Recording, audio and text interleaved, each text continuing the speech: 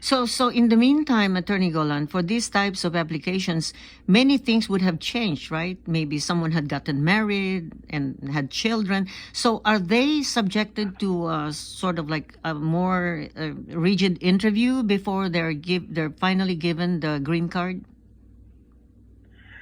That it depends what kind of category it is and what kind of change. Sometimes getting married invalidates the petition. It depends on the type of petition. Correct. Normally having children does not invalidate the petition. Okay. I see. Sometimes aging out, getting to be over 21 invalidates the petition, sometimes not. It all depends. Someone whose application for a tourist visa was denied, they wanted to travel as a family, and they really don't know the reason why. They're going to travel as a family with a mother who is already old and brothers and sisters. What reasons can consuls give as far as denial is concerned? Sometimes they don't tell them, I guess, why the application is denied. They just frankly deny it. What could be the reason? Whose application was denied? The daughter who applied for a tourist visa, but they also wanted the mother to come along, so they all wanted to apply for a tourist visa. So the daughter, who said she was traveling, was denied, but the others were approved. On what basis do they approve and disapprove an application, Attorney Golan, for tourist visas? The normal reason is that they suspect that you plan not to come back. Okay, but sometimes it is random. I see. Oh. No, you say that they approved the applications of the whole family? Of the family except hers. All in the same group of applications. No, I think they applied individually. I don't really know whether they applied individually, but they said that her application for a tourist visa was denied, but her brothers and sisters will be able to visit the United States, and including the mom.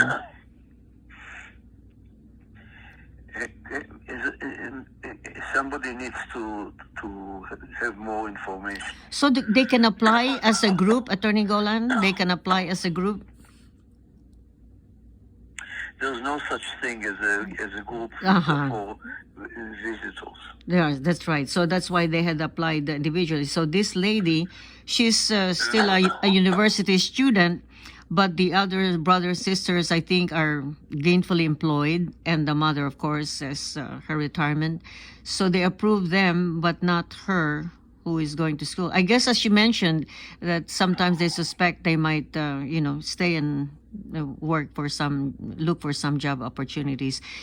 Why is it, Attorney Golan, this is one question of some of our listeners, why is it that they're approved, for example, for a tourist visa maybe a number of times, 2 times, and the third time it's disapproved?